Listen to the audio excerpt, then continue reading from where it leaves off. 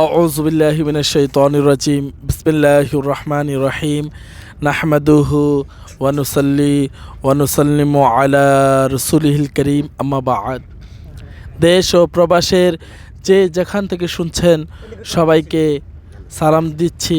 আসসালামু আলাইকুম ওয়া রাহমাতুল্লাহি ওয়া বারাকাত।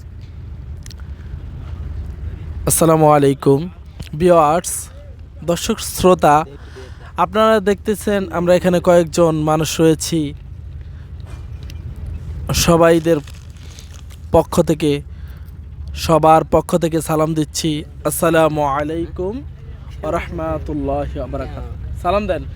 ওয়ালাইকুম আসসালাম রাহমাতুল্লাহি ওয়া বারাকাতুহু। আমি তো সালাম দিছেন, উত্তর দিলাম তো না। হাদিস শরীফের মধ্যে এসেছে, যে ব্যক্তি সালাম দিবে তাকে আল্লাহ রাব্বুল আলামিন 30টা নেকি দিবে। অন্যান্য বর্ণনা এসেছে 70 নেকি বা 90 নেকি, বা অন্যান্য বর্ণনায় এসেছে যদি অনেক বেশি মহব্বত নিয়ে সালাম দেওয়া যায় তাহলে 700 নেকি পাওয়া যাবে। আর যদি আল্লাহর ভালোবাসা নিয়ে তার হাবিবের ভালোবাসা নিয়ে মানুষের মঙ্গলের জন্য মুসলমানদের ভ্রাতৃত্ব বজায় রাখার জন্য খালিস নিয়তে মন থেকে সালাম দিলে আল্লাহ রব্বুল আলামিন ওই ব্যক্তিকে বিনা হিসাবে জান্নাত দান করবেন। সুবহানাল্লাহ, আলহামদুলিল্লাহ। তো আমরা এখানে খাবার খাওয়ার জন্য বসেছি, আমরা এখানে কিছু খাবো। তো নবীজি সাল্লাল্লাহু আলাইহি ওয়াসাল্লাম বলেছেন, তোমরা সবসময় খাবার সময় আল্লাহর স্মরণ নিয়ে খাবার খাবে, কারণ যেই খাওয়ার সময় মানুষ খেয়ে থাকে ওই খাবার যদি আল্লাহর নাম পাঠ না করে খাবার খায় তাহলে সেই খাবারের মধ্যে শয়তান শামিল হয়ে থাকে, অর্থাৎ শয়তান আমাদের সাথে খাবে। নাউজুবিল্লাহ। আপনারা কি চান শয়তান আমাদের সাথে খাক? না। কখনোই আমরা চাই না। সেই জন্য খাবার খাওয়ার শুরুতে আমাদেরকে বলতে হবে বিসমিল্লাহির রহমানির রহিম।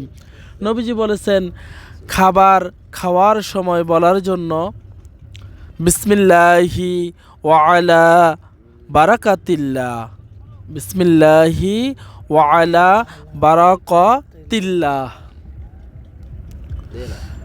আরও হাদিসের মধ্যে আমাদের নবীজি বলেছেন খাবার সামনে আসার সময় এই দোয়া পাঠ করতে হয়, আল্লাহুম্মা বারিক লানা ফিমা রাযাকতানা ওয়াকিনা আযাবান নার।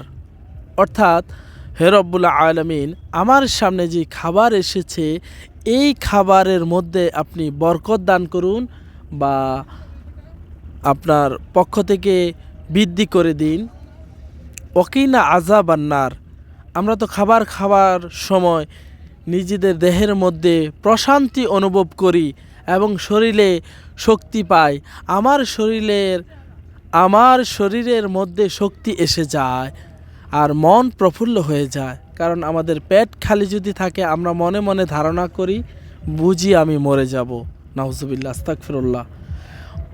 প্রবাদ আছে, পেট খালি তো ইমানও খালি। আসলে আমরা খাবার খাবো, তবে আমাদের ইনকাম হবে হালাল, এবং ইনকামের টাকা দিয়ে বৈধ পন্থায় হালাল টাকায় আমি খাবার কিনে খাবো, যাতে ওই খাবার খাওয়ার মাধ্যমে আমার পেট ভরপুর হয়।